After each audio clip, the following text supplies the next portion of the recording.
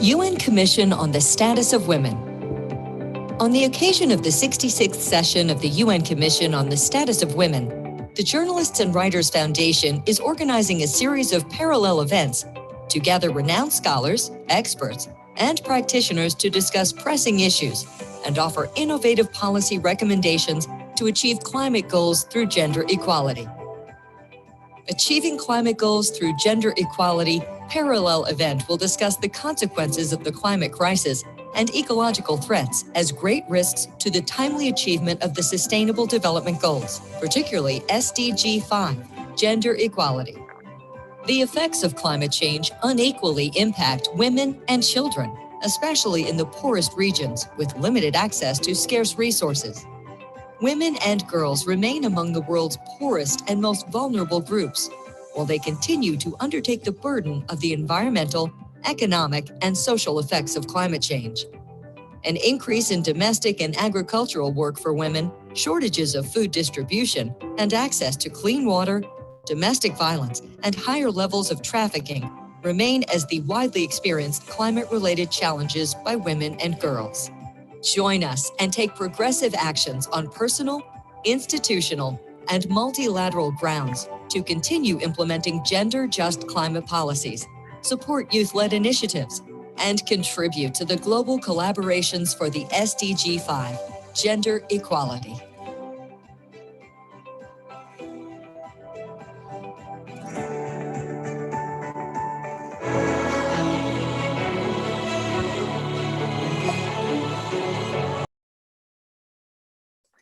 Good afternoon to all. Welcome to the Journalists and Writers Foundation CSW 66th Session Parallel Event Achieving Climate Goals Through Gender Equality. I am Cemre Ülker, the UN representative of the JWF. Foremost, I would like to start by saying that we stand in solidarity with the women and girls in Ukraine, brave women who have been fighting for their nation's freedom on the front lines since the beginning of this conflict. It's a great concerning plight that Ukraine is only the latest incident, the crisis, where women and girls are combating all forms of war crimes among the other countries where individuals are deprived of their fundamental rights. We will continue to advocate for all women and girls for their freedom, dignity, and the right to equally participate in all spheres of economic, social, and civil life. Today is the second day of the Commission on the Status of Women, and over 700 parallel events led by civil society organizations, activists from all around the world are taking place on virtual platforms on women's empowerment, girls' education, many different agendas. And we are truly glad to be a part of this great momentum. Our agenda for this session is aligned with the main working team, achieving gender equality and the empowerment of all women and girls in the context of climate change. And we have a very good regional representation among our experts today. Today's discussion will be moderated by Michael Collins. He is the Executive Director of the Institute for Economics and Peace. Michael develops working partnerships with different stakeholders and seeks new opportunities on expanding the use of IEP's Positive Peace Framework as a training tool for peace-centered development. Michael, over to you. Thank you so much. The floor is yours. That's excellent. Thank you very much, Cemre, for the introduction, and thanks to the Journalists and Writers Foundation for putting together this event on achieving climate goals through gender equity. I'm joined by an absolutely wonderful panel. Shamiso Nandi Nadira, Deputy Director of Environmental Affairs of Malawi, Oladosu Adenike, Eco Reporter, founder of iLead Climate Nigeria. Welcome. Karen, who I believe is currently not with us, but will be with us very, very shortly, Program Officer in Climate Change International Union for Conservation of Nature. And lastly, Bharat Desai, Jawaharlal Nehru Chair and Professor of International Law, joining us from India. Thank you all very much for being with us. And thank you, of course, our audience for joining our session today. So as moderator, I'm just going to be providing some short sort of framing remarks before handing it over to our esteemed panelists, who are each going to speak for about 8 to 10 minutes. After that, we're going to open it up for audience questions and general discussion. We're going to address the questions that come through both Zoom and YouTube on sort of a first come, first served basis. So there's no need to wait until the end of the participation of our speakers to ask your questions. Please go ahead and ask it from the get-go. We'll be able to address that first. And if you do have a question for a specific panelist, please do mention their name. So without further ado, let's get this panel underway. So according to the UN Intergovernmental Panel on Climate Change, human-induced climate change is causing dangerous and widespread disruption in nature, affecting the lives of billions of people around the world. This is despite ongoing efforts to reduce the risks. Also, according to the IPCC, increased heat waves, droughts, and floods already exceeding plants and animals' tolerance thresholds, driving mass mortalities in species such as trees and corals.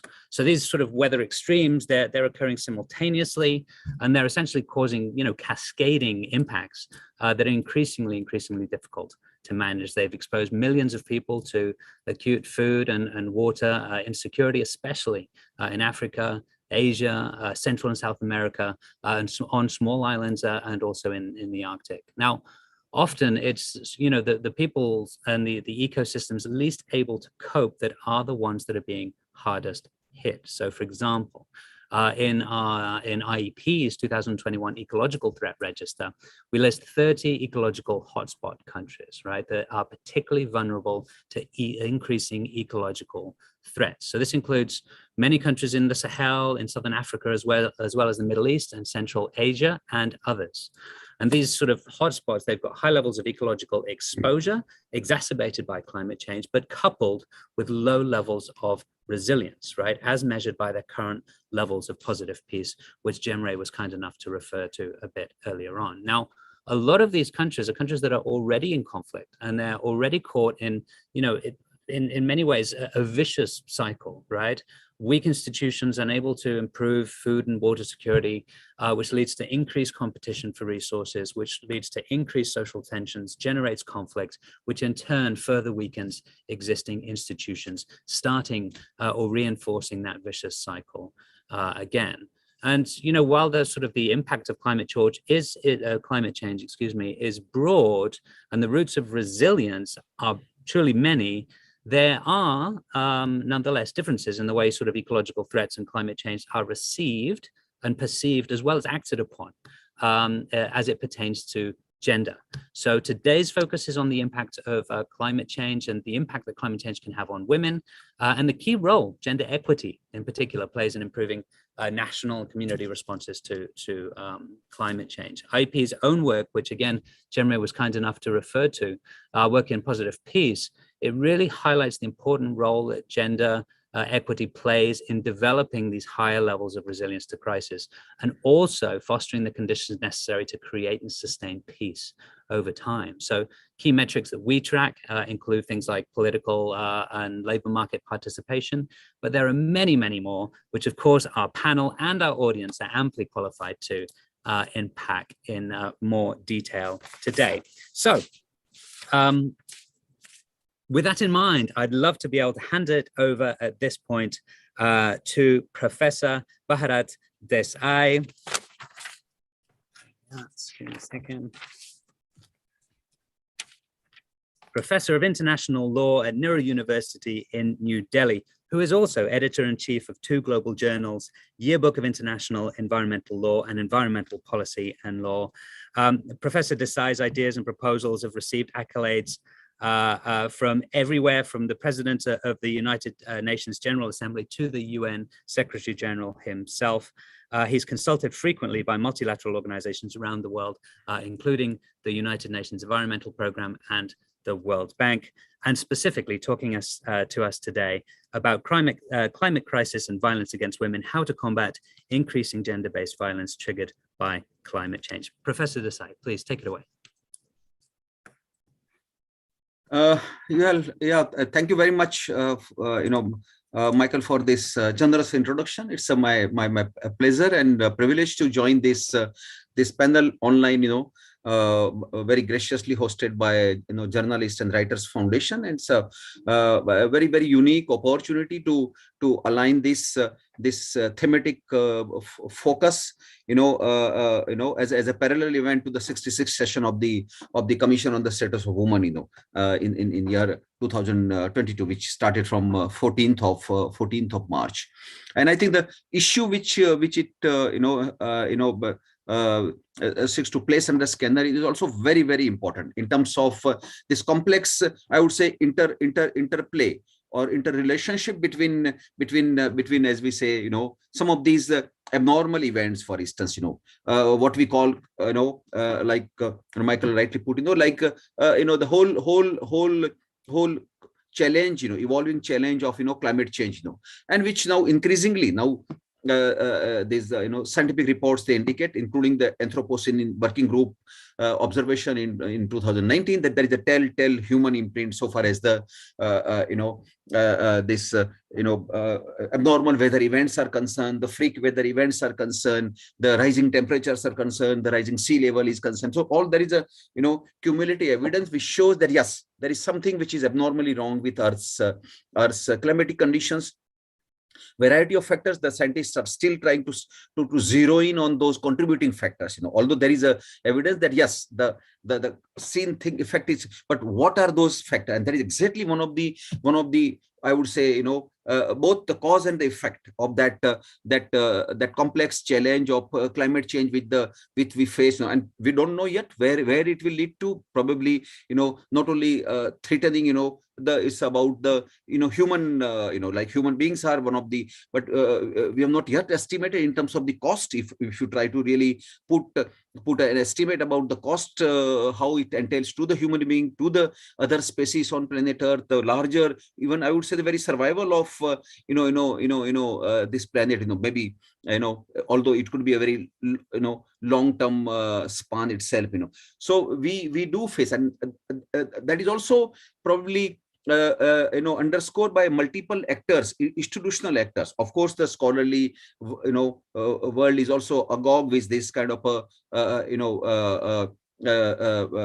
rising to the occasion, trying to probe the whole issue and trying to decipher the deeper meaning, the complexity, and the evolving issues in the years to come. For instance, I myself have commissioned in issue number 4 of the Environmental Policy and Law Journal, in July-August 2022, a special issue on dedicated to climate change. For instance, there in fact also there is a larger goal which I have tried to sort it out. Year 2023 January, I will reach out to some of the what I call the promising women scholars, and trying to request them to make sense of it, and this actually fits into the goal of this particular session, that if you try to look at this entire nature of the challenge, through the lens of woman, will the world look differently? That will be one of the larger goals, I would say, from a scholarly view. Now, so far as this, the relationship, which we try to probe, that the advent of the climate change, and which will include a wide variety of those challenges: natural disasters, pandemic, unusual things, wars, conflicts, desertification. These are the complex, which take different forms and shape, so far as the evolving challenge of climate change itself is concerned. And when we look at it, that it shows that, well, there are increasing number of things, especially during these things, and the climate change itself issue has been now dealt with, including in the forum of the Security Council itself, where there is a what is called growing securitization of the challenge of climate change. Now we need to decipher the linkages between gender, climate change, disasters, and multiple issues which will come out. Let me try to read out something, a small paragraph which has not come under notice. So this was basically, it was a draft resolution which was actually in fact very interestingly drafted by it was a Russian draft resolution S/2020/1054 of 30th of October 2020, which sought to highlight vulnerability of women. And this draft resolution, although it did not muster up enough votes in the UN Security Council to be passed, but yet what the resolution sought to underscore was, and I'll read out, I'll quote, expressing grave concern about the disproportionate negative impact of the COVID-19 pandemic, notably the socio-economic impact on women across the world, especially those in countries ravaged by armed conflicts or in post-conflict situations or affected by humanitarian crisis. An increasing number of reports, including the 2019 report of the Secretary of United Nations on Women, Peace and Security, for instance, or the IPCC, IPCC's own report, for instance, I think probably in the next month we are expecting another report by IPCC, And so what these different evolving studies, they indicated that, well, it's a woman who suffer, they say the double victimization during most of these I would say the climate induced events, for instance, which actually end up, what we call as the exacerbation of violence. So since the focus of this particular panel is, how do you attain the climate goals through the equality? Now, if the events, the disasters and the unusual, those climatic conditions, for instance, if they affect, the whole issue of how causing greater stress to women, greater discrimination, or becoming the very, very powerful, drivers of causing, pushing, giving a push to the violence against women, what we call the sexual and gender-based violence against women, that causes what is called the double victimization, that the women suffer both as the human beings as well as because of their own gender. And a close study like our very comprehensive study, with one of my younger colleague, in my Jawaharlal Nehru chair, Dr. Mandal, Momita Mandal, we discovered that there are 4 main areas of international law. They do not yield any specific what is called international legal instrument that exclusively deals with sexual and gender-based violence against women, whether during or after the climate-induced disasters. But there is a telltale evidence that yes, climate change does exacerbate violence. And I have seen the figures and the data reports which coming out, from the report of the Secretary of United Nations to ICRC to CARE International to different agencies, for instance, which show that different countries ranging from Malawi to Japan to Russia to United States of America to UK to where, most of the places, and especially we saw during the COVID-19 pandemic, for instance, which ended up that the greater amount of women, and the figures are very, very, very unbelievable amount of those figures which are available, which show that large number of women and girls became victim, they because they during the close confinement, for instance, and because of the gravity of that situation, they really face. For instance, ICRC's report, 2020 report said that, well, climate change is cruel. While it will be felt everywhere, its most crippling effects will be borne by the world's most vulnerable.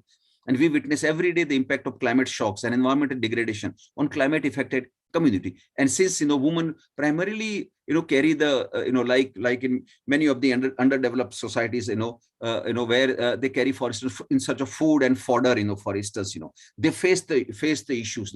When the families are under stress during pandemics, calamities, conflicts, it's a woman who shoulder and it's a very, very very ironical, for instance, that that when you are pushed out, for instance, like in the beginning it itself, the current conflict was mentioned about Ukraine, for instance, or like Yemen or Haiti or many of those troubled war zone, conflict zones, for instance, that when the bombs are raining, when the people, you are stressed out, millions of people who are forced out of their, once you leave your protected shield, your homes and your shelter, you become vulnerable. And one of the biggest things that you face, we don't know how it happens, why it happens, like we saw it earlier, Syria, large number of those Syrian migrants and refugees, who flocked, European shores, and many of the European countries were, they warmly welcome, and then they become vulnerable, Human trafficking grows abnormally during this particular period, pandemics, disasters, when people become vulnerable. Thousands of those refugees, who show up, and out of that, although it's a human problematic, but then the most vulnerable part, like from our perspective, we find that it's a woman and girl who suffer the most, usually, almost invariably in most of the crisis cases, and the figures are abnormal, unbelievable figure. In fact, one of the piece I wrote on 8th of March, which shows that, in fact, you and women try to quantify if you try to put a cost so far as this violence against women and girls is concerned. I think it seems during this particular last year itself, it was the tag was put at 1.5 trillion euro, for instance, 1.5 trillion euro, that is the sheer cost, human cost, in terms of, what especially women and girls, they actually, go through. Now, interestingly, I think, as I said, from the international law point of view, as we through this study, which was published in, issue number 3 of volume 51, 2021. This article is available at the website of the Environmental Policy and Law Journal. It's freely downloadable. So when we try to put under scanner the international law mechanism, at least there are four areas of international law, and there is a diagram which shows that, well, there are survivors or victims of what is called climate change and disaster. There are internally displaced persons, there are cross-border displacement, as we see during the current conflict, thousands of people who cross the borders, for instance, victims of human rights violations, large number of people who suffer, and especially, gender and sexual based violence, and victims of conflicts and wars, So 4 principal areas of international law are affected by this phenomenon: international environmental law, international humanitarian law, international human rights law, and international refugee and migration law, for instance. So, and as a part of this corollary to find the search, for instance, one of the primary convention which would normally be expected to deal with the whole issue is the Climate Change Convention.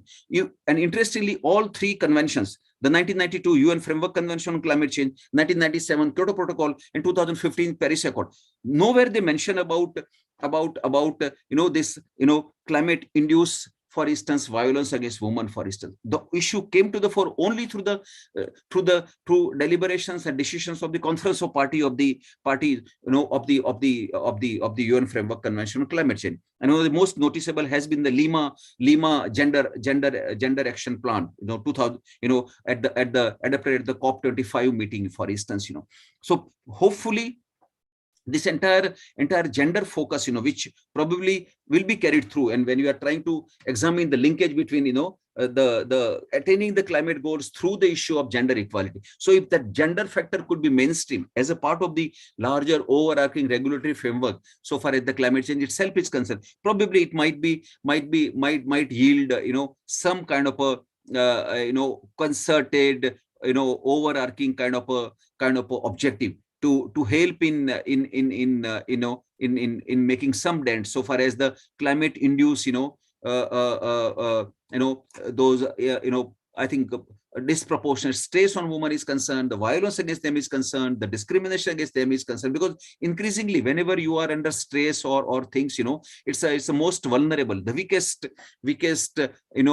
gender that suffers the most, and we saw that most of the countries and societies, they have the patriarchal systems, for instance, and they suffer, I didn't do, those who have seen, privy to, the Nobel Prize acceptance, speeches of both the awardees in 2018, Nadia Murad and Denis Mukwege, 2018 Nobel Peace Prize for Islam. It gives a very spine-chilling account, about what is actually at work, So what you notice is, that this whole issue of climate change induced or exacerbated sexual and gender based against women, it needs to give the get the priority attention of multiple agencies, like of course the United Nations General Assembly, the United Nations Security Council, which is already has been dealing with what is called the Women, Peace and Security agenda for last 20 years under resolution 1325 of 2000. For instance,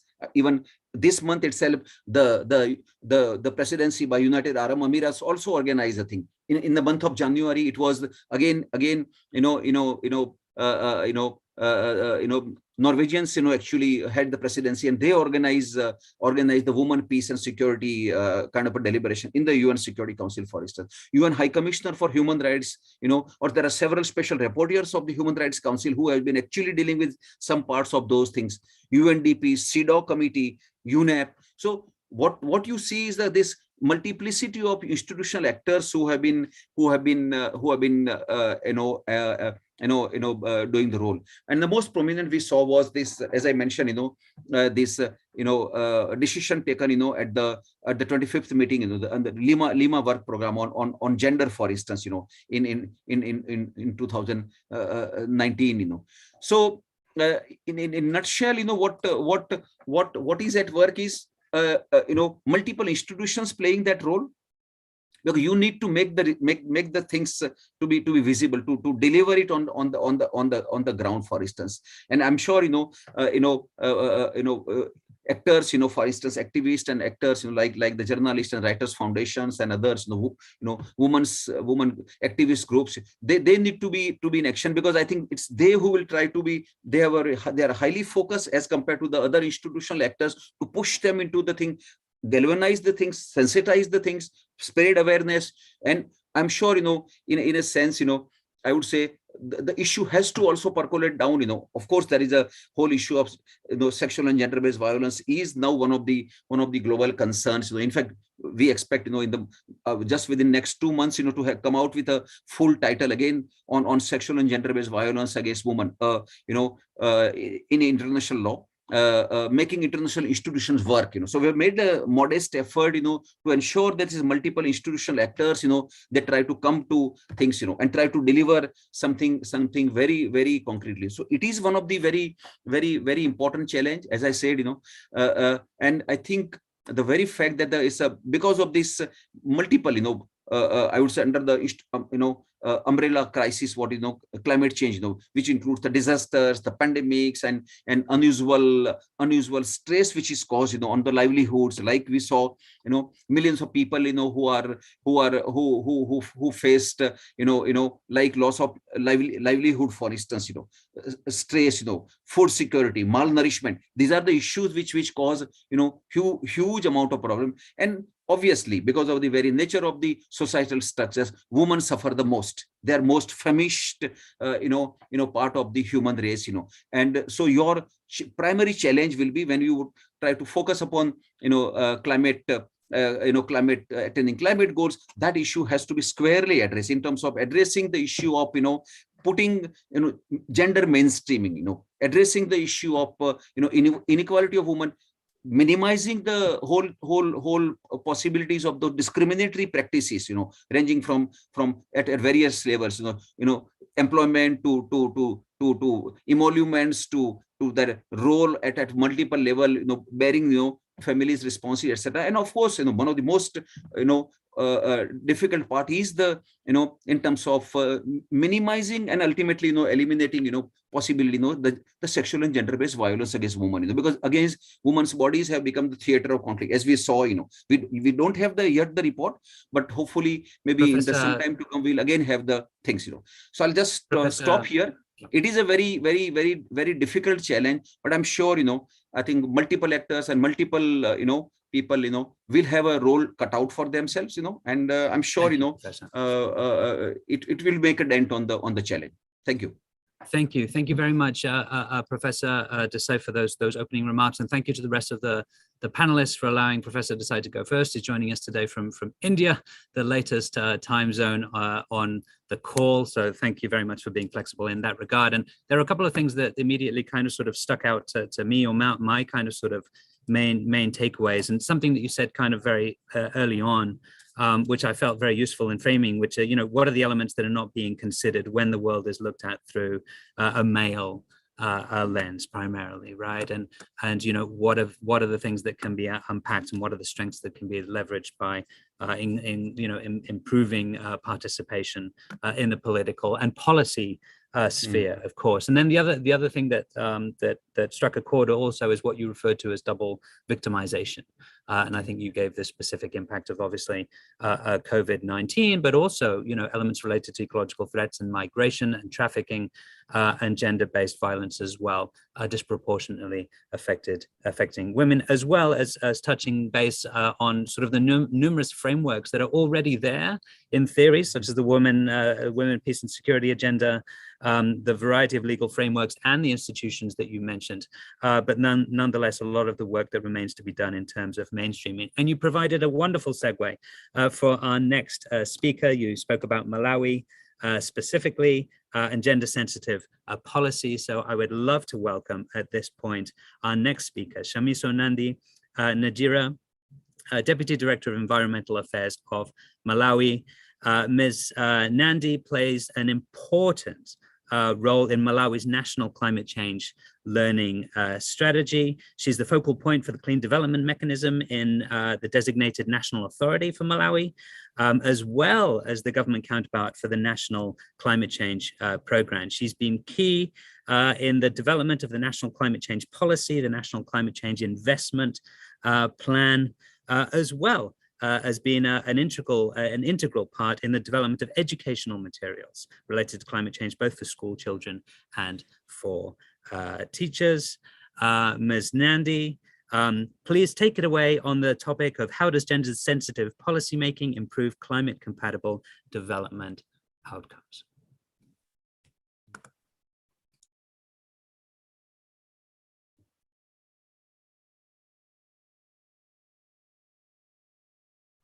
Thank you very much, Michael, for that introduction. And I would like to thank Bharat for the introduction that has made my discussion, will make my discussion much easier, because he's laid out the vulnerabilities that women face across all societies. Indeed, gender inequalities exist in all societies across the world, and they shape the way in which climate change impacts play out in society. In most developing countries, men and women have different access to resources, such as land, markets for their produce, networks, income-generating activities, and access to credit, just like Bharat has explained. And in such times of disasters, men and women have differential options and safety nets for coping with the changes. In addition, men and women have different sets of knowledge and skills to cope with climate change effects. And this renders women, who are mostly smallholder farmers, more vulnerable to any climate changes and variabilities. So in order to address these gender disparities and how men and women are disproportionately impacted by climate change, reducing inequality and building resilience are central components of the 2030 Agenda for Sustainable Development, so as to ensure that no one is left behind. The global goal number 14 urges countries to mitigate climate change, and the global goal number 5 promotes gender equality. Parties to the United Nations Framework Convention on Climate Change agreed to a Lima Work Program that Bharat also mentioned as an enhanced gender action plan that aims to advance knowledge and understanding of gender-responsive climate action and its coherent mainstreaming in the implementation of the UNFCCC and the work of all stakeholders at all levels. Further to this, most multilateral financing mechanisms, including the Global Environment Facility and the Green Climate Fund, recognize gender considerations as an important social goal in the pursuit of achieving global environmental benefits, climate resilience, and sustainable development by promoting gender equality and women's empowerment.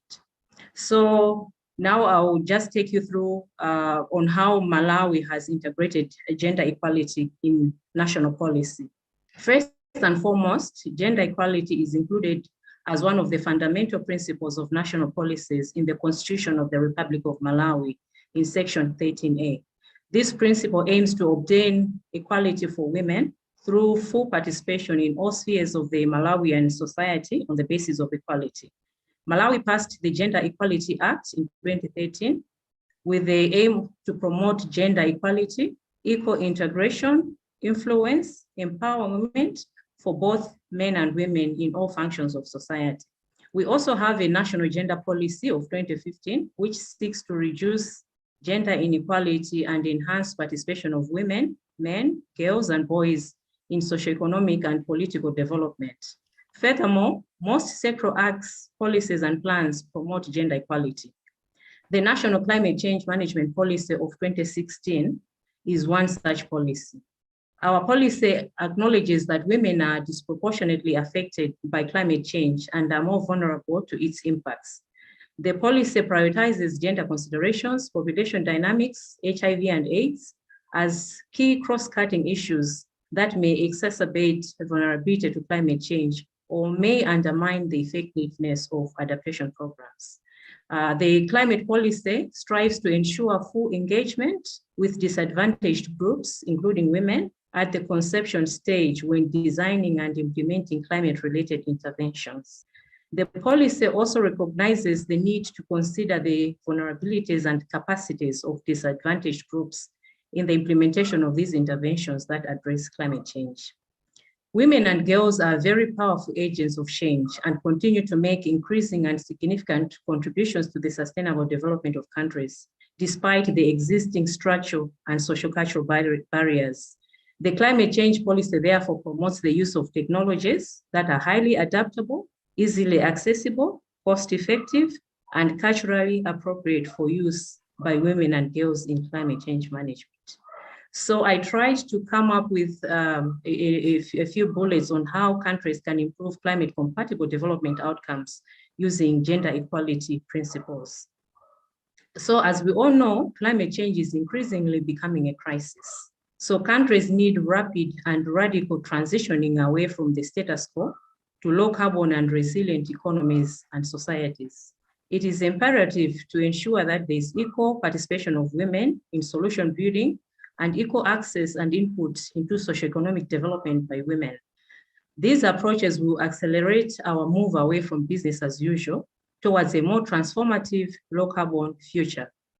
Gender-sensitive policymaking and implementation can improve climate-compatible development outcomes if countries strive to undertake at least some of the following issues. Number one, to strengthen institutional linkages and coordination mechanisms amongst the national players for mainstreaming of gender and climate change into the national development agenda.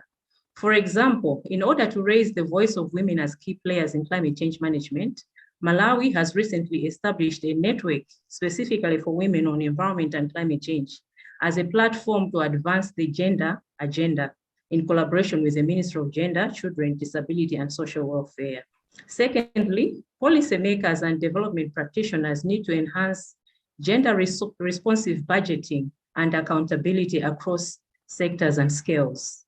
Number three, domesticating the gender action plans that Bharat also mentioned, that was adopted at COP25, and other related global and regional strategic policies to national circumstances for implementation.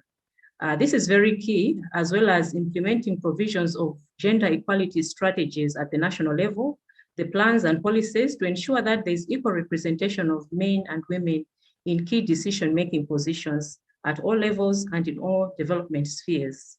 On this issue, government of Malawi strives to achieve a gender parity of 40-60 or 60-40 compositions as prescribed in our gender policy.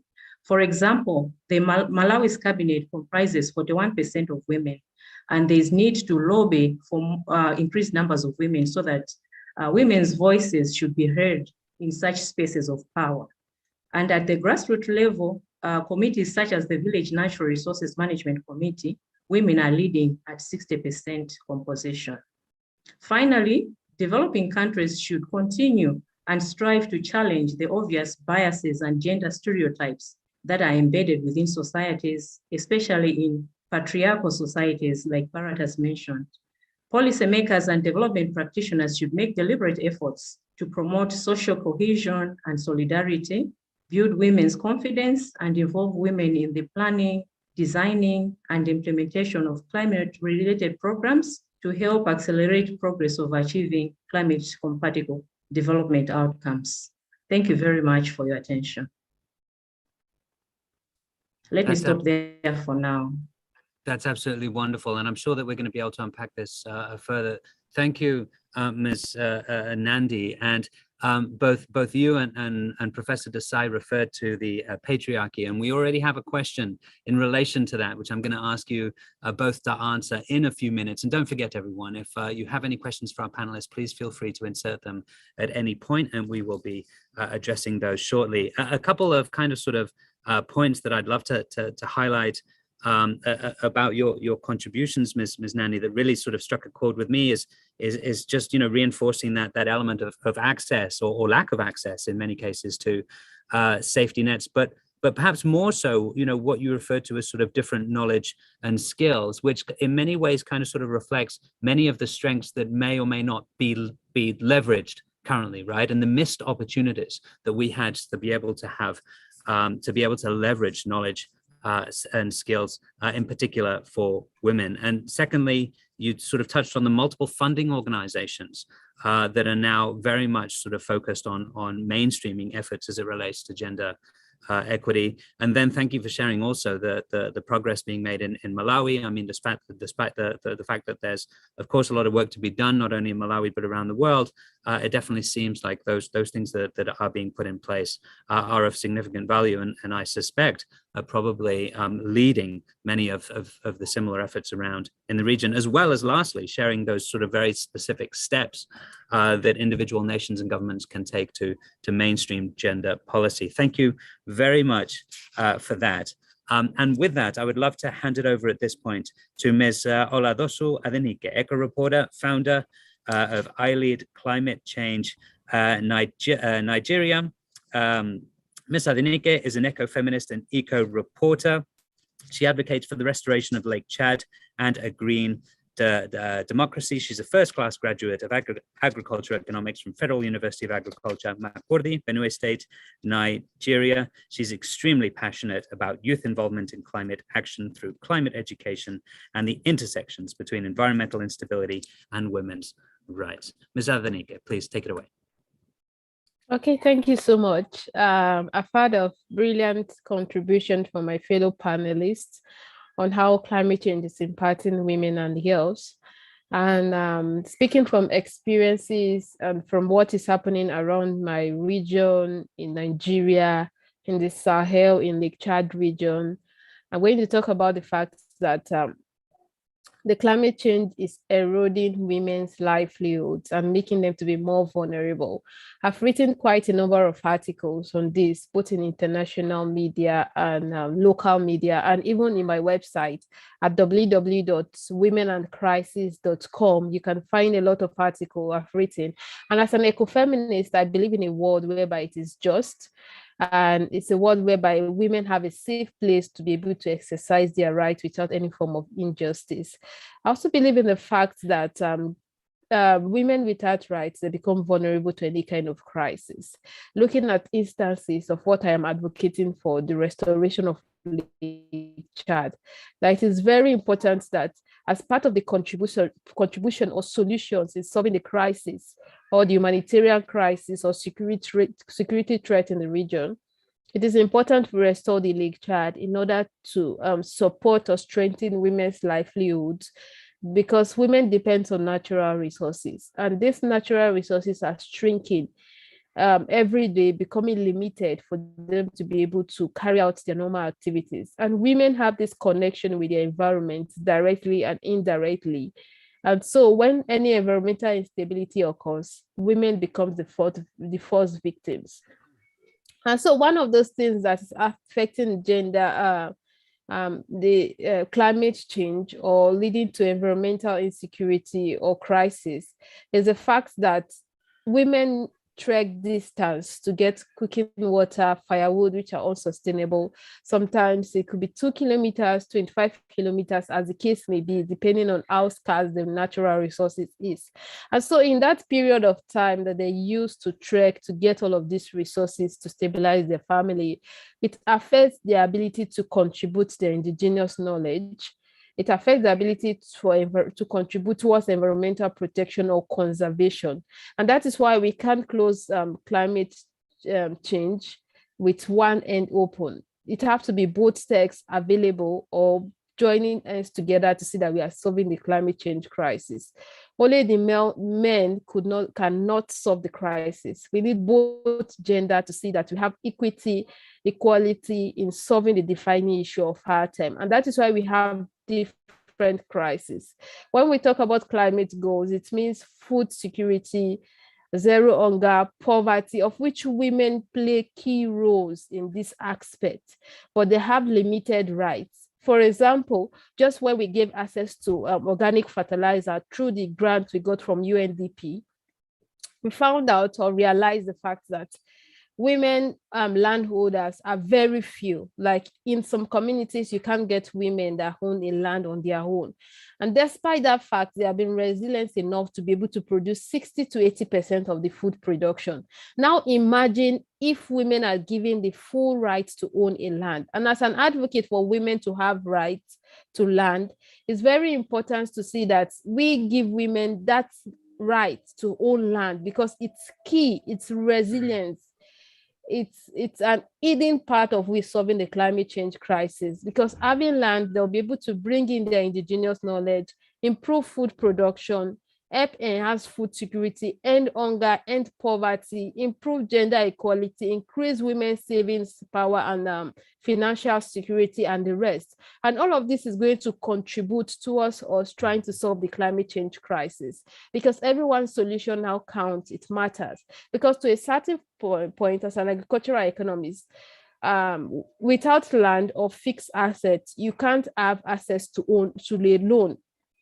And through these loan facilities, it will help to aid productivity through access to fertilizer, improve seeds, and other basic things that they need to improve their farmland or their skills or different things. So all of these things are being deprived due to limited rights of women. So we have to break free from non-traditional activities such as cultural, from non-climatic factors, such as traditional cultural norms that try to see women are being left behind. Because to a certain extent, from where I am, there's some tradition or culture that still believes that women need to stay back at home. They shouldn't contribute to the society, but they should be left in the kitchen to do all the rest. And so to some certain extent, we have some religion that tend to say women have to be, or their girl child have to be married as early as possible as a kind of protection. So all of those barriers, we have to break free from it. Looking at the climatic factors, also talking about environmental factors that tends to affect women's rights the most, because displacement have become the biggest disempowerment to women's rights, of which we have seen that in the Lake Chad region,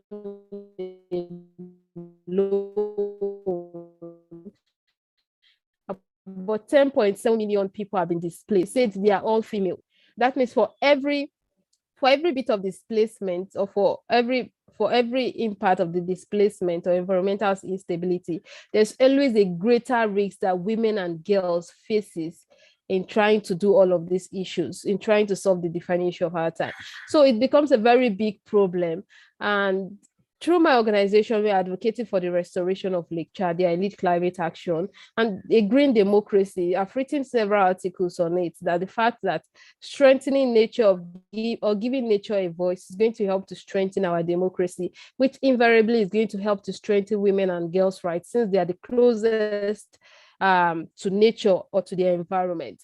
And so another point that I want to also raise is the fact that a way of increasing or improving women's right, is going to help to strengthen girls' education.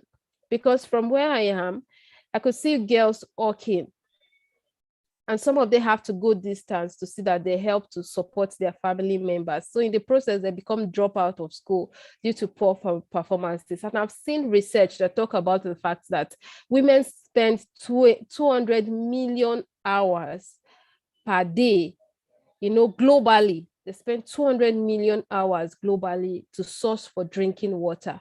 So you could see how connected lack of available of water, or water stress, or water scarcity, or water insecurity, like very much like that of the Lake Chad region, is affecting women's economic contribution, education, and the rest. So they are all connected, that if we want to improve girls' education, then we must be able to bring a good environmental condition that will help to suit the prevailing condition, and will not make people to see girls as a survival strategy, because over time they have been seeing a girl child as a financial support through their livelihoods when there's drought or when there's flood, and then it affects food security or their family lifestyle. So they uses the girl child as a survival strategy. And we must not forget that today's girls are tomorrow's women. And that is why it's very important that we start from that basis of girls, then women, and try to see how we can close that gap without leaving any gap untouched. Because if we are addressing food security, we know that definitely we are addressing gender issues, and making all our solutions to be gender sensitive is very important at this century, that we try to meet up so that we don't get to carry over this crisis of gender inequality, climate change to another century, and then we keep dealing with it. It might be too late. And I saw another report that talks about the fact that it's going to take 135 years. I think that is UN Women report, 135 years for us to close the gender gap. And I find that very, very it's really a challenge. It calls for more action, because it means that it's going to take more than a century for us to be able to achieve climate justice. And so for us to be able to walk through to see that we're able to close that gap as soon as possible, we have to look at gender sensitive approach. So climate change is beyond just the environmental sector. It is now a transport issue, housing issue, energy issue, because women have to trek to get this firewood, which are unsustainable, affecting their economic gain, affecting their rights, affecting their health. So it cuts across all sectors right now, that we should not limit climate action to just one sector alone. We should know it's an agricultural issue, it's an energy issue, it's different parts of the issues that contribute or that affect our economy in different ways. And looking at the fact that the pandemic has also affected gender equality, leading to a huge setback, we could see increase in violence against women and girls, which I find out that there's a connection between climate change crisis and increase in violence between women and girls, because when they lost their livelihoods, they become vulnerable to their male counterparts, which also is frustrated due to environmental instability or economic downturn or the rest. So it leads to rise in violence, and it also leads to adoption, just like in the Sahel. We heard about the 2014 Chibok school girls that were adopted that led to the Bring Back Our Girls campaign. So it makes them to be very vulnerable, because those school girls, they were at the point of writing their exam, and then their rights were disrupted. So to a certain point, it could be a point of no return for these school girls, which some of them are still in this armed group custody. So we have to look at environments that help to support or keep women and girls in a safe environment, that policies without structure will not help to solve the crisis. As we are bringing in policies, we should also back it up with structures that make it workable enough to see that we are solving the crisis at both ends and not leaving one end untouched. Because when we are solving it at one end and leaving the other end, it's like no work. So in this century, we have to be deliberate.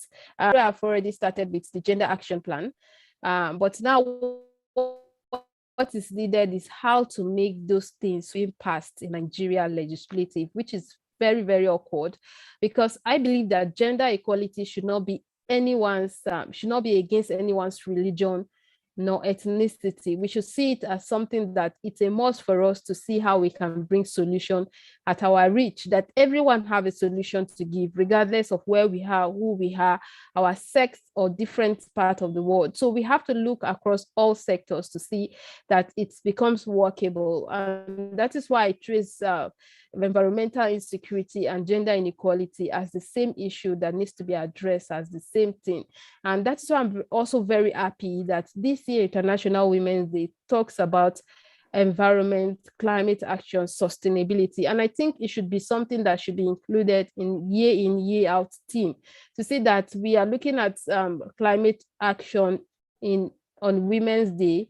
And on Climate Action Day, we are also looking at the women aspect of how it's been affected. And that way it makes people to be able to engage in such discussion and the rest. And looking at the fact that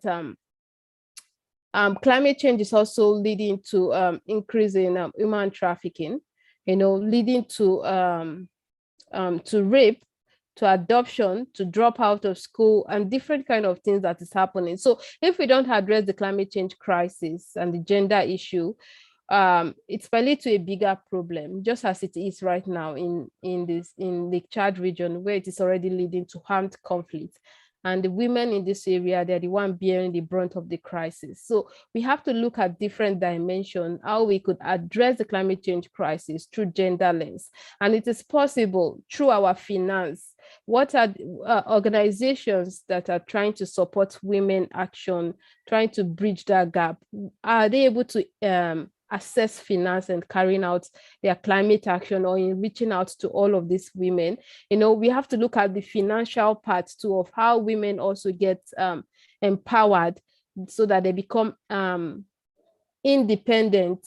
So they could also have a financial strength, so that they could become contributors in the family, so that it doesn't affect the girl child education. Because of we have left women's rights, definitely it's affecting the girl child, using them as a survival strategy. So as a way of strengthening that, we could give women access to land, because I want to see deliberate ways at which we could improve those policies and bring in structures that could be deliberate about giving women access to land, which is very important.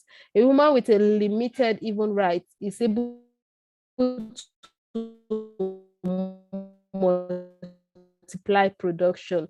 Not to talk to some extent in some part of the world today, we see that it's a taboo for women to own a land. It has to be either inherited through the husband or through something. And to a certain extent, a girl child cannot even inherit the father's property. It have to be the boy, it have to be the male. So we have to change everything.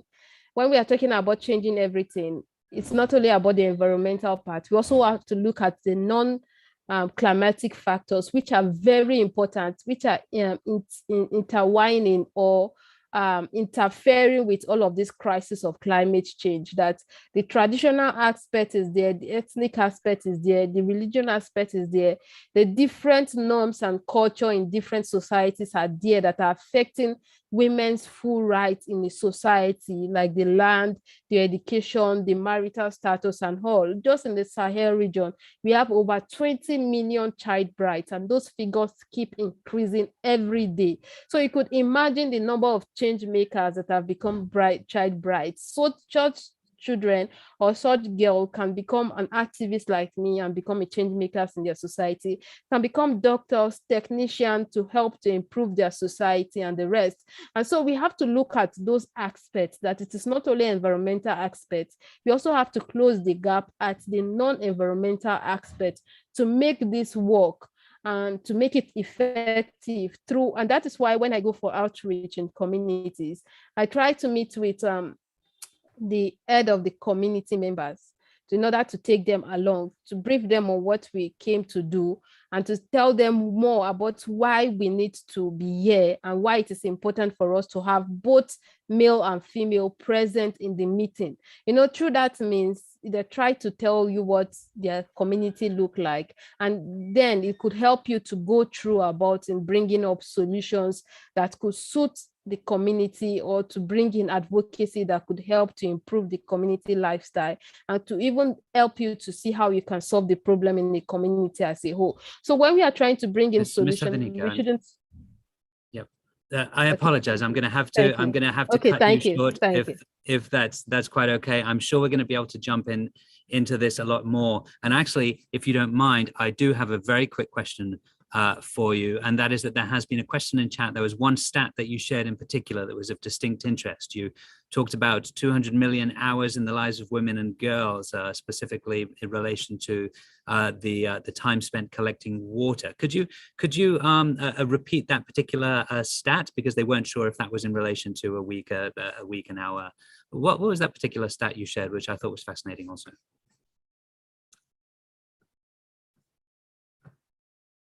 Are you talking to me? Yes. Okay, the figures, right? Yes, there was one in relation to 2 million hours, I think it was, if I'm not mistaken. Okay, yeah, 2 million hours per day. That means globally. Globally, excellent. It's not per week, it's per day.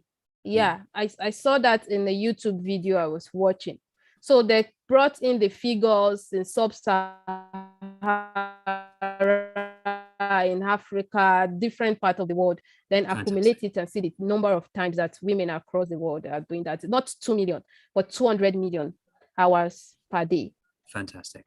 Okay, thank you very much, and thank you for touching on multiple things, a number of which resonated with me. I mean, starting off with your mention of the lack of rights and obviously not having recourse when having those rights aggrieved, which then leads to a lack of visibility as to what the true issues are. And you talk obviously in the fact that women in particular around the Lake Chad area, because of their kind of sort of leadership in elements related to natural resources and agriculture, invariably see the impacts of climate change a lot sooner than their male counterparts potentially would. And thanks also for highlighting some of the imbalance, I suppose you could say, between the people responsible for agricultural production versus land ownership, and the fact that that women have very low levels of land ownership, which again then limits their access to a variety of other kind of sort of mechanisms, including access to loans,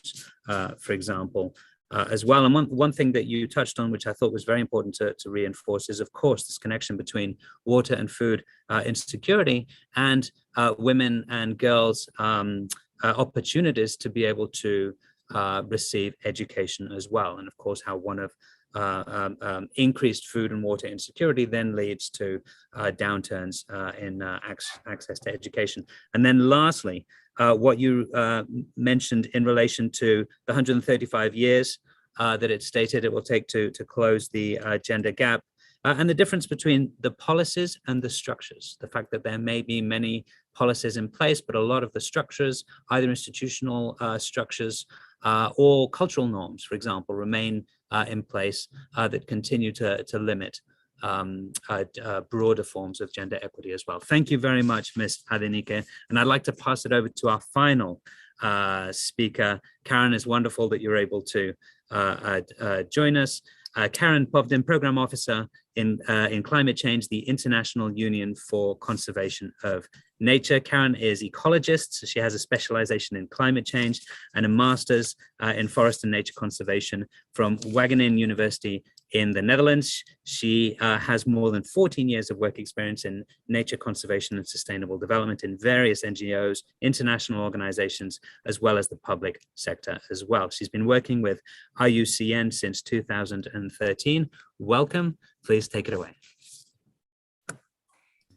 Excellent. Thank you very much. And apologies that I was a bit late to the panel. I'm actually in a field trip, and we had some delays on the way here, but I'm very happy to be here. So I actually I prepared a presentation, and I think most of the things have been said already. And I would like to now share some of the experiences in how we have worked on different climate change, mostly ecosystem-based adaptation initiatives or other ones as well, that have included also these gender equality approaches. So with this, I'm gonna start. And actually, Okay, so I came very happy because part of the field trip was actually had a part of meeting with women that have a group here called Mujeres de la Tierra. So it's basically like women of the soil or women of the earth. And it was so interesting to talk about. Then we realized that we were kind of late already to return to the main city, but it was excellent to learn about their needs, their views, their interest in like their interest and empowerment in actually dealing these things, and even integrating in their lines of action aspects such as gender-based violence, and how actually decision making is very concentrated in men, you know. So here I am in the province of Malawi, and I'm happy to share some of the experiences that we've had. So basically, a little bit of the background information regarding Iucn and the work on gender. I work for the regional office for South America. So we see like this cyclic set of actions that we have to work towards actually reaching gender equality. So we have on the one hand, mainstreaming gender in all of our different initiatives, either if it's in the design or in the implementation and the monitoring and evaluation, in the different initiatives, even having like the staff also with capacities and skills in how to manage these aspects within our different lines of work. The other line of action is implementation and demonstration. So here I'm going to share some of the examples that we've implemented here in the region.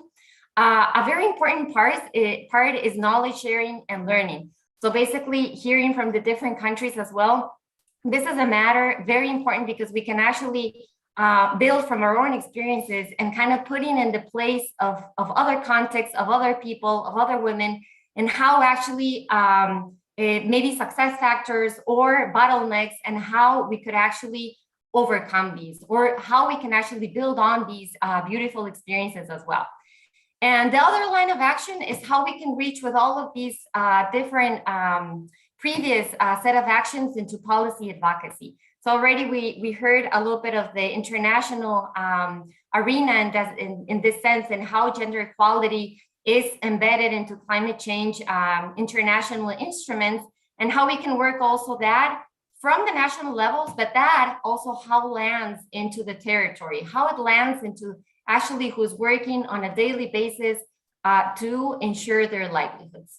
So basically we have certain themes, like for instance, gender responsive national planning, or some years ago in collaboration with many organizations, we worked on a process of understanding the links of gender-based violence and environment. The line of work that we've been working a lot has been the whole umbrella of nature-based solutions with sustainable landscape management, with climate change adaptation and resilience, and forest and restoration as well. And one of the final things, of course, is how we can actually systematize and share and have like a very solid knowledge management platform as well. So in this sense, some of the tools and resources, we have Gender and Environment Resource Center. And this is, it has a lot of the tools. I'm not gonna mention because of time all of these, but I just wanted to point out some of these interesting resources that have been built, as I say, in a collaborative manner the past year. So for instance, the links between gender-based violence and environment. Sorry that some of these are in Spanish, but they are available in this center in English as well. We have also, like for instance, for the forest landscape restoration initiatives, some guidelines in how to actually work on these processes with a gender approach. And for South America, we also have several projects or initiatives, because this topic has actually come as a very strong need among the different communities of practice of how we can actually understand the role, the differentiated role of women and men, and understanding also the differences between adults and youth and elderly within the different initiatives of nature conservation. So we, if you're interested as well, we have a set of resources in this regard for the region as well. So basically, we're going to jump in some of the examples. The first one is that we've worked for many years now in ecosystem-based adaptation initiatives, and we particularly put an emphasis in gender from the inception of the ideas into the design, the implementation, and the monitoring, evaluation, and learning processes as well. So in this sense, we've had a various set of examples and lessons learned, of course, of women participating, well, women and men participating in EBA measures focused on agrobiodiversity, water conservation, and sustainable management. And here we can see some of the photos, but basically we actually had a lot of lessons learned in how within your design of the project, you also have to incorporate this from very early stages, and that you have to set up some indicators that can actually show like what is the percentage of women and men participating, but actually going deeper into that. How effectively are they participating? Are they also organizing themselves to have incidence process within their communities or with their local governments? So it's a whole process of seeing at different scales how this effective participation actually moves forward into building more resilient livelihoods, and how actually these women can actually reach probably other decision-making positions as well. So this is an example from the coast. We've also worked in these capacity building programs. And here, the important thing is also from the gap analysis or diagnosis in understanding these differentiated needs and interests of women and men, and designing these programs according to that. So that's a bit of experiences here in the coastal province of Malawi, where I am right now. Very hot, by the way. Now we move forward to the Andes, and here we've been working for several years now, over a decade, with the institute, the Mountain Institute, Instituto de Montaña, and here we've been working on a set of EBA measures that have the focus on traditional knowledge, like restoring this very intricate actually work on water conservation technologies. And here actually seeing how the roles of women within the natural resource management is also embedded within the whole process of restoration, conservation, and maintaining the whole cycle of the water in these upper watersheds. In the case of protected areas, one of the key or the star tools that Iucn manages and implements across the globe is the green list of ecosystems. So basically, this is a standard that has a series of criteria and indicators, and a lot of the protected areas here in South America are actually participating or being part of this standard as well, and how to meet all of these diverse aspects to actually know that you're effectively managing your area. And here we had an initial process of actually seeing the role of women park rangers in the management and the effective management of these areas. So that is a process that just started, but we want to continue building on. So basically putting also the emphasis, mostly it's men park rangers, but also seeing like this important role of women participating in these conservation processes across the region. Now we jump a little bit into knowledge sharing. So we saw a few examples of the implementation and the demonstration part. And here we had an initiative in 3 countries here in Colombia, Ecuador, and Peru.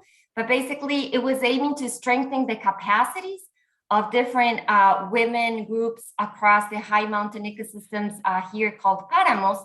And well, in the one part, it was basically building these the empowerment and the leadership, and also contributing into women being part of these community governance processes to actually achieve the conservation and sustainable management of these water basins.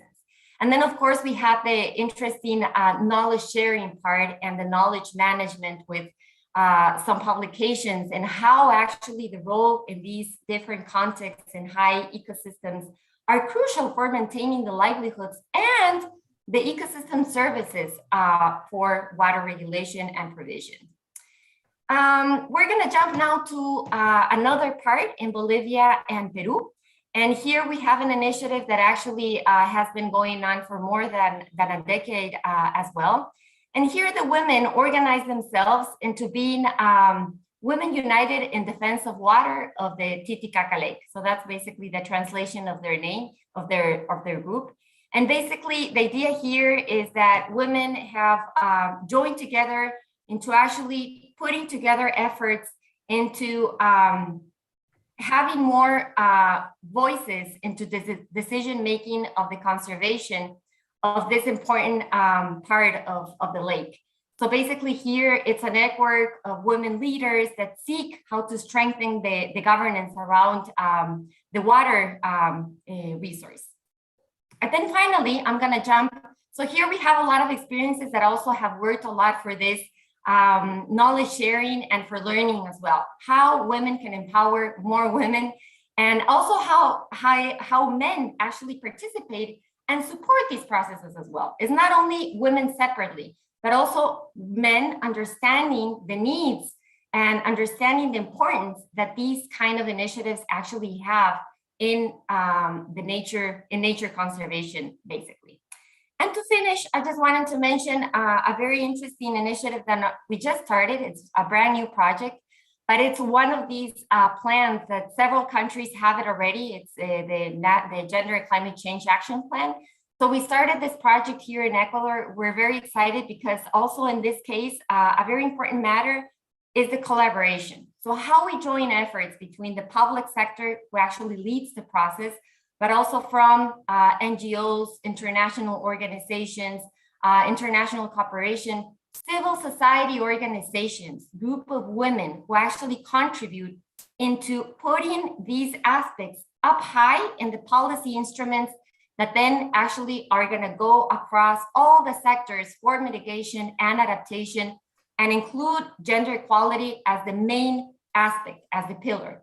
So I think in this case, one of the lessons learned is that the stakeholders, the multi-stakeholder processes for policy advocacy and for these kind of instruments that actually go across a whole nation are crucial. So with that, I just wanted to kind of compliment a bit of my previous panelists as well. But I think most of the things have been said, and in this case, I wanted to share some of the experiences here. So thank you very much.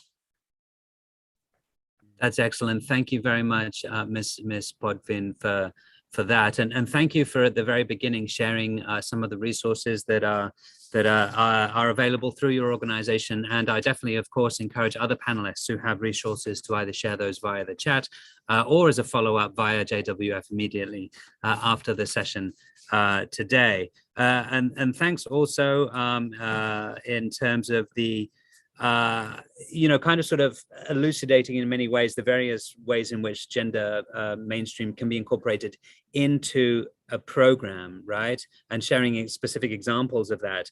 And one of the sort of the very interesting areas that, is due diligence in many respects, but is often overlooked is how that, that knowledge or those contributions or the leadership of women participants in this sort of strategic mapping or the development of programs can essentially continue outside of the confines of that program, right? Because often cases, if not in the majority of cases, especially in where your organization works, the empowerment that's offered within the program is not corresponded to in the broader sphere.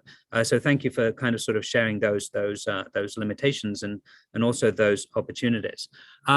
So we have about 10 minutes left for questions, and I'd like to jump straight in and address one that was in fact, let's treat it as our main question, because the other question that we've received is a broader question, but related directly to the first. So let me go to the first one, which I think was very concrete.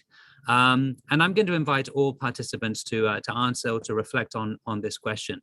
It says, this is from Laura Eckott. It says, do you think patriarchal systems will have to be dismantled if we are to realistically approach the climate crisis with the seriousness required to prevent the worst of future impacts. And then adding in the second question here, if that is the case, how so? I think a number of you have kind of sort of talked about that today, but if you could summarize that in terms of key takeaways or key steps in relation to this, that would be great.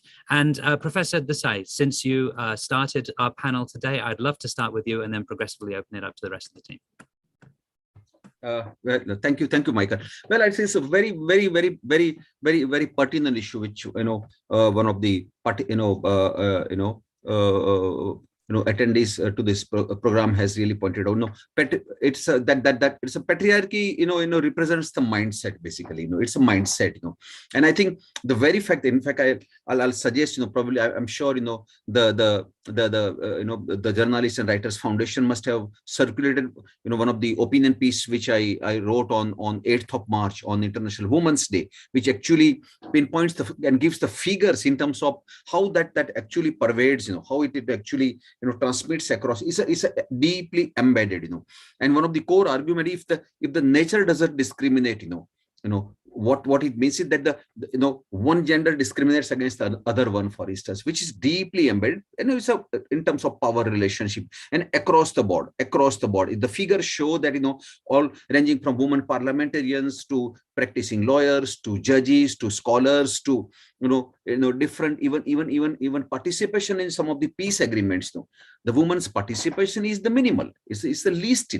And that's basically it's and if you see no amount of legislation or legal instruments or treaty making, for instance, or laying down of a threshold will take out. So you need to make a dent so far as the attitudes are concerned, the mindset is concerned. The problem lies in the mindset. The very fact that you consider one gender considers the other gender as inferior, inherently inferior, and that is a logical corollary to do all sorts of equality, inequality, discrimination, violence. It actually breeds out of that. For instance, one of the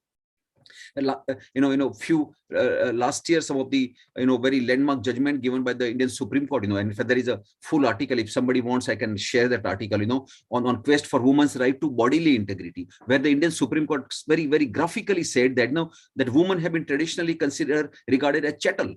They're very such CHATTEL, chattel, property, some kind of a commodity, and you could see the same echo coming out. I mentioned about, that very almost a kind of a literally kind of their cry of Nadia Murad, when, at the time of, receiving the Nobel Peace Prize in 2018. This is exactly what she is. She was being bartered away from militia group to militia group and her.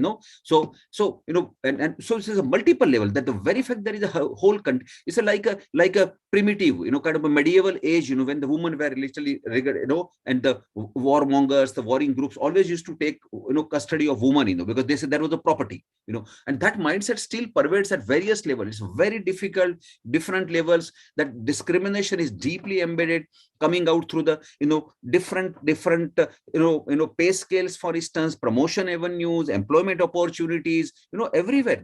But basically, if you see that at the ground, it starts from homes, it starts from families, for instance.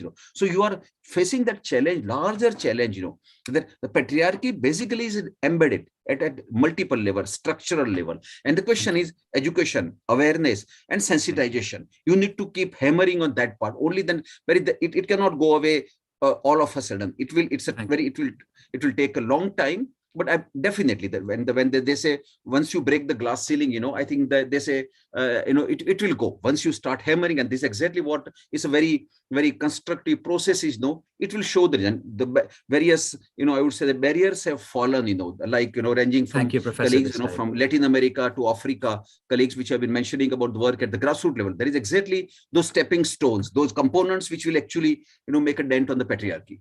Thank you very much. I appreciate it. And I like that analogy about hammering the glass ceiling. Thank you very much for your contributions today. Ms. Nandi, please. Thank you very much. Just to add to the voice of the previous speaker, in the Global South, I think it's not practically possible to dismantle these patriarchal systems. But I think the best way to do this is to work with the community leaders to find a point of compromise on how best this can be integrated into society. For instance, if you go to the community, you hold meetings in the morning, obviously the women are not going to be available for those meetings. They're busy fetching water, fetching firewood. But if you structure your meetings to a time that the women are available as a way of compromise, maybe in the afternoon when they are done with the lunch preparations and all that, then you find a common ground on how best you can work together. Like I indicated in my discussion, to say that even some of the climate adaptation or climate mitigation measures that we are bringing to we are working with the communities, they have to be culturally acceptable. Otherwise, adoption rates are very, very low in that instance. Thank you very much. Thank you very much, Ms. Nandi, with some very practical and very nuanced steps as well. Thank you very much for your participation in the session today. Ms. Adenike, please go ahead. Okay, thank you so much. So I believe that the same way that we can use to solve the climate change crisis is the same way we can use to solve all of these non-climatic factors. Talks about religion, social, cultural norms, because that solve the climate change crisis. We should also take note of all of these norms that exist that we need to break free from. And I also mentioned that during our advocacy, one of those things we talk about is to carry along the grassroots, starting from the community leaders, trying to inform them of our intention, so as to be able to be carried along and to know what we are trying to do to create change in the society. So it all needs sensitization, it all needs policies that will make their structures to work. In some religion, in some tradition, they don't believe that women should become the head of the community, that it have to be male, it have to be the boy child that will take over. So we have to look at different means at which we can help our society or community or our various religion or ethnicity to strive. To a certain extent, to some community or in some religion, you cannot become a spiritual head if you're a female. It have to be a male. So all of those sensitization, all of those barriers, we have to educate the people that in solving the crisis, in whatsoever forms, maybe environmental or non-environmental issues that is affecting women and girls, that we have to look inward, that women also have contribution. We are all human. There's no human that is better than our society, to say that it's conducive for everyone and not just for one or for the female or for the male, that we are trying to bring up solutions.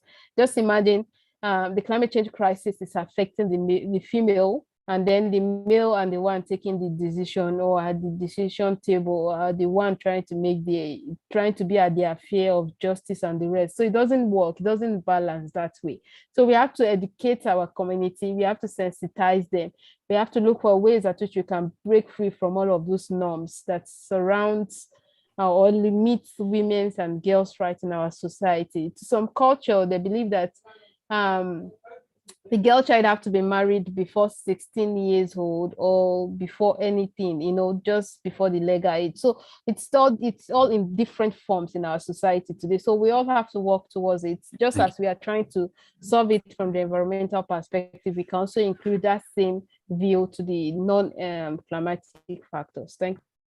Thank you. Thank you very much for Ms. Adenike for highlighting the very unique and again nuanced elements involved when it comes to mainstreaming gender in a variety of social norms, institutions and structures and attitudes that exist, and the great difference between those in different societies as well. Thank you very much for your presence on the panel today. And lastly, Ms. Podvin, please.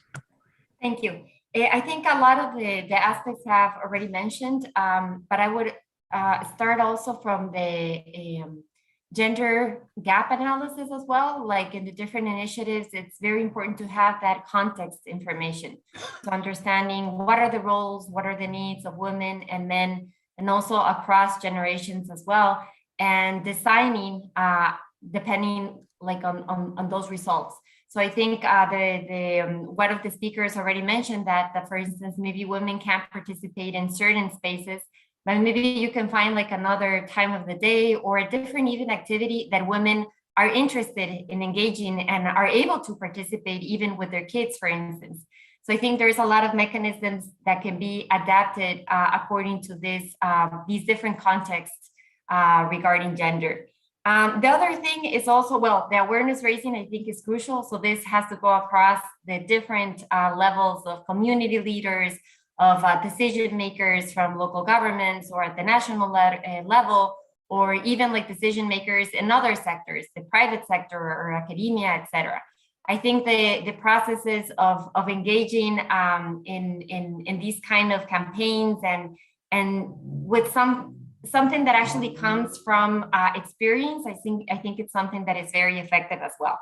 And then the last thing, women themselves are organizing much more. So I think one of the key aspects is promoting that these groups of women and these governance mechanisms also grow, and that these efforts can be visible. As I mentioned before, I've seen very interesting initiatives that women groups call other women groups, and they form networks, or they invite that other women also participate in this. And in that sense, men also become more aware of the needs that are emerging from the very organically. So I think this is very interesting that the whole promotion of these same spaces that are being built by women are crucial. Thank you. Excellent. Thank you very much, Ms. Bodvin, for joining this panel today. And again, thank you to all our panelists and our audience for joining us for the CSW 66 Parallel event organized by the Journalists and Writers Foundation. Much appreciation to the whole team. My name is Michael Collins. I'm the Executive Director Americas of the Institute for Economics and Peace. It's been an absolute pleasure to be with you all today. If you haven't already, do check out the other sessions related to CSW and also to JWF. I believe that there are 3 or 4 more parallel events ongoing or soon to pass, so don't hesitate to check in. And of course, don't hesitate to check in with both the JWF and the different organizations who presented their very important work here today, as we all work towards high levels of gender